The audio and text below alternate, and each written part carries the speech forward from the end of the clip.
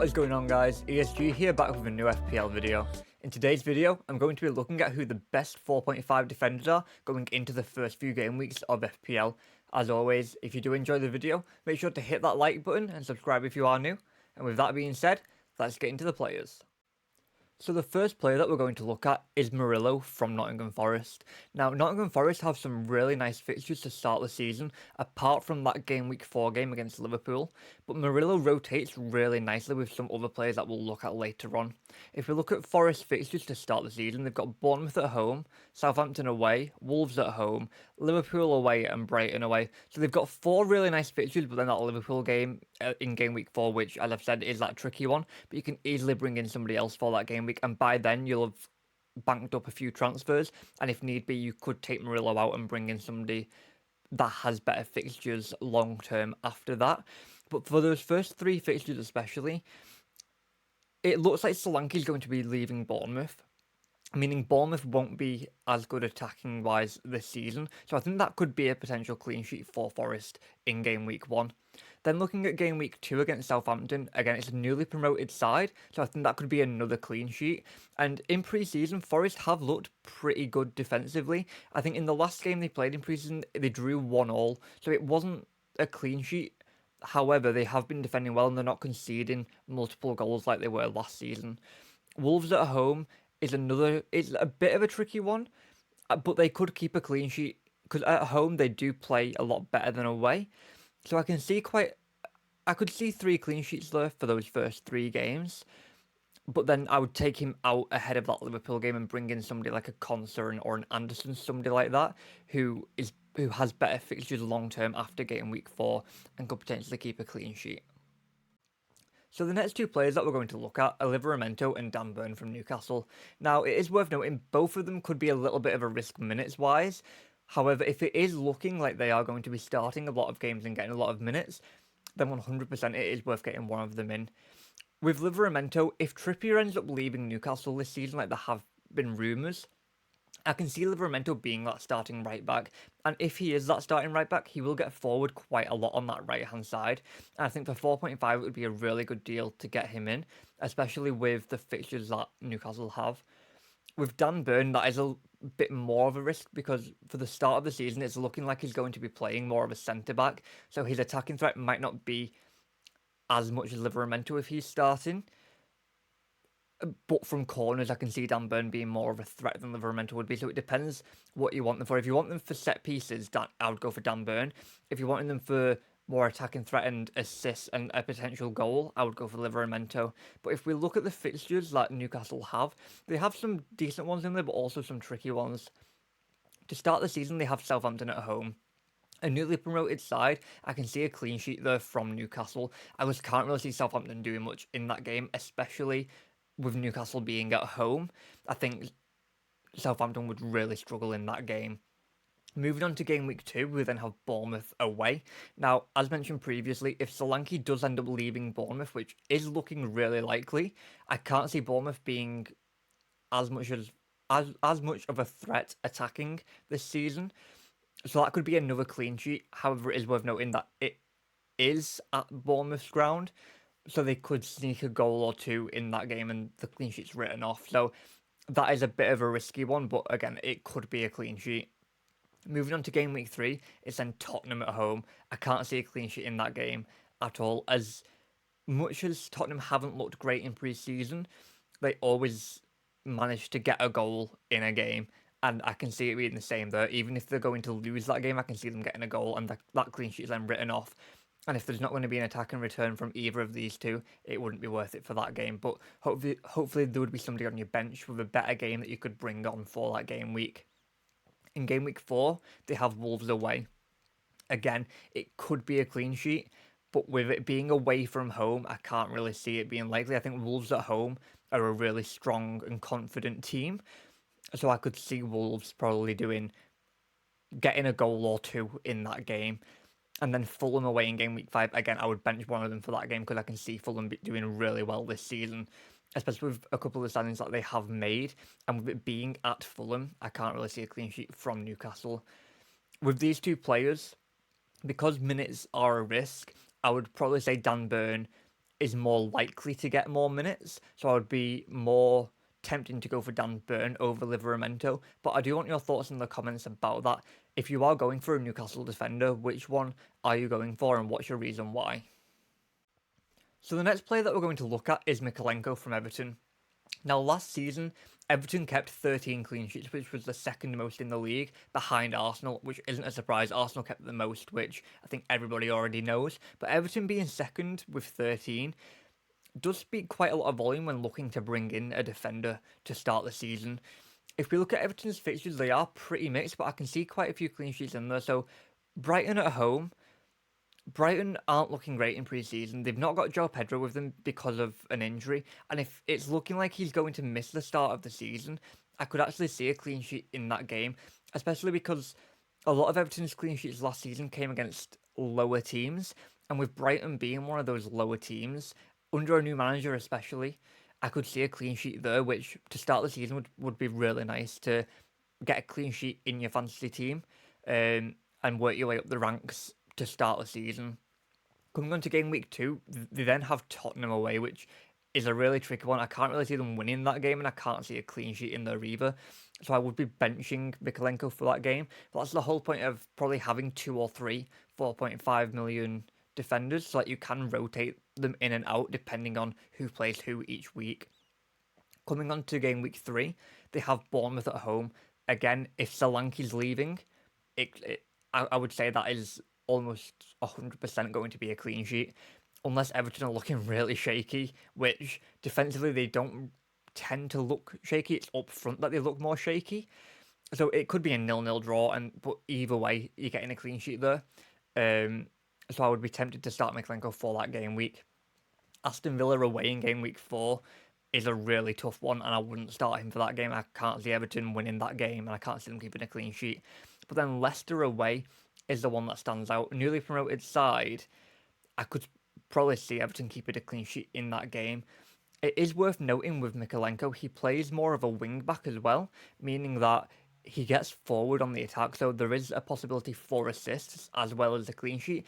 And even if they're not going to keep a clean sheet, it doesn't mean that he's not going to get an assist or potentially a goal.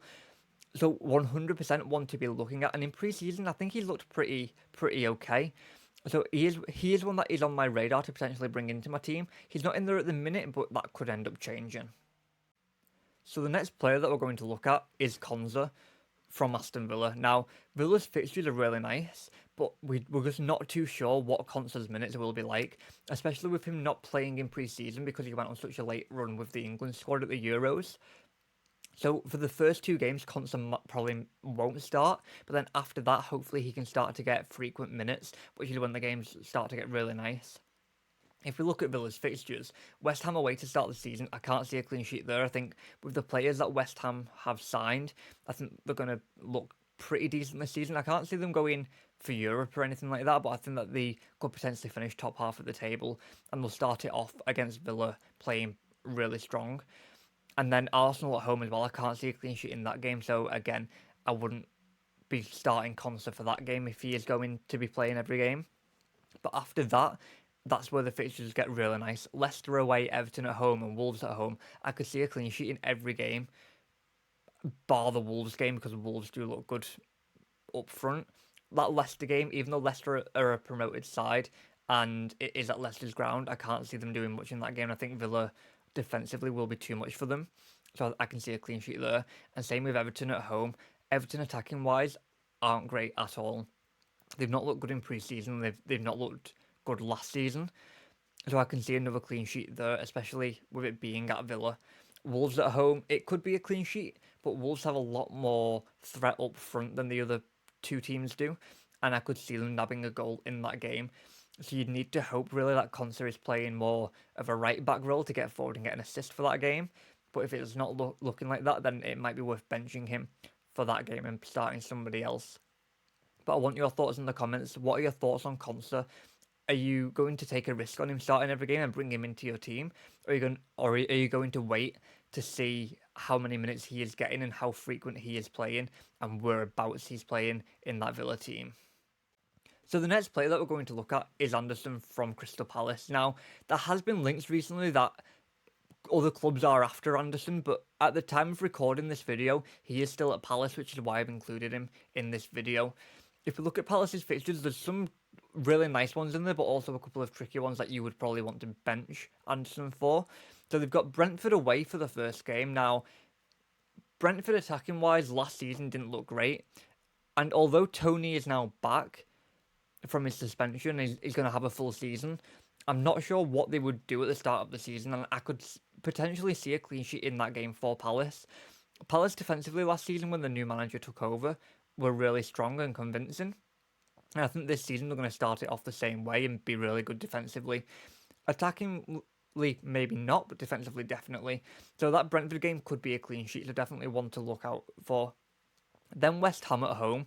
Again, I could see a clean sheet in that game, but with some of the signings that West Ham have made, potentially not. I think I would probably be tempted to bench Andersen for that game if I was to bring him in, just on the off chance in case they don't keep a clean sheet. But they are at home, so it could be a locked-in clean sheet potentially. Chelsea away, I would definitely bench him. I can't. Although Chelsea haven't looked good at all in pre-season, at home, I think they'll still do really well and get a few goals, so I can't see a clean sheet in that game for Palace, unfortunately. But the game week after that, they have Leicester at home, which is 100% almost a locked-in clean sheet. I can't see Leicester doing much attacking-wise at all in that game. And with Palace being at home is where they kept most of the clean sheets last season. And I think it will be the same this season, so I would say that's a clean sheet in that game. And then Man United at home the game after. With that game, it depends if Højlund's back from his injury or if Man United sign another striker. But I would probably bench Andersen for that game. Just with it being Man United, I can't really see a clean sheet. I think United are one of those teams where it just depends on the day how they're going to play, but I can probably see them getting a goal in that game, unfortunately. But I want your thoughts in the comments. Which Palace defender, if any, are you going to be going for? Are you going to be going for Andersen because of the potential attacking threat he has? Or are you going to be bumping it up to 5 million and going for Munoz, who again is an attacking threat? Or are you going to be sticking at 4.5 and going for Mark Gahey because you think he'll get a lot more game time than Andersen would? So the final two players that we're going to look at in today's video are Anthony Robinson and Timothy Castagne from Fulham. Now, Fulham's fixtures, although the first game is a tricky one, after that they then get really, really nice. So Man United away, I can't really see a clean sheet, unfortunately, so I would be benching whoever I brought in from Fulham for that game. But then after that, they have Leicester at home, Ipswich away, and West Ham away. At home, sorry, which I could probably see 3 clean sheets. Maybe not in the West Ham game, but I could see some attack and returns there. So that Leicester game at home and Ipswich game away, I can definitely see a clean sheet from Fulham. And I think with both of these players being more wing backs for the teams, I can see potential assists or goals coming in as well, especially in those two games where it could be a clean sheet and an assist or a clean sheet and a goal. And I think having one of them two in, or both of them in for those two games, would be a really good shout. That West Ham game at home, again, it could be a clean sheet. It just depends how West Ham are playing with the new signings and the new manager. But for that game, I would probably be tempted to bench one of these two if you were to bring them in. The final game in game week 5, I've only done the first 5 game weeks. You've got Newcastle at home, which is again a tricky one, but it will be tempting to see what happens with Newcastle in the transfer window and how they start the season. But again, I'd be tempted to bench one of these two players for that game. But then even after that, the games are looking pretty nice, so I would still keep one or both of them in. I would probably only go for one of them. I don't really want to double up on the Fulham attack.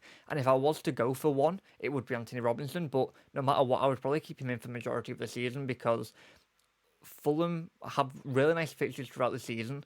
And I think Fulham this season could surprise a lot of people. They've signed some really strong players. And I think this season, they could be the team to watch. Like Villa were last season, I can't see them getting top 4, but I think they could definitely get top half, if not top 8, and potentially push for Europe. But I want your thoughts in the comments about that. So there we have it, guys. They were just a few of the best 4.5 million defenders to start FPL this season. So I want your thoughts in the comments. Which of those players are you looking at bringing into your FPL team? And which one of them is already a definite lock-in for the start of the season? As always, if you did enjoy the video, make sure to hit that like button and subscribe if you are new. And until next time, thank you for watching.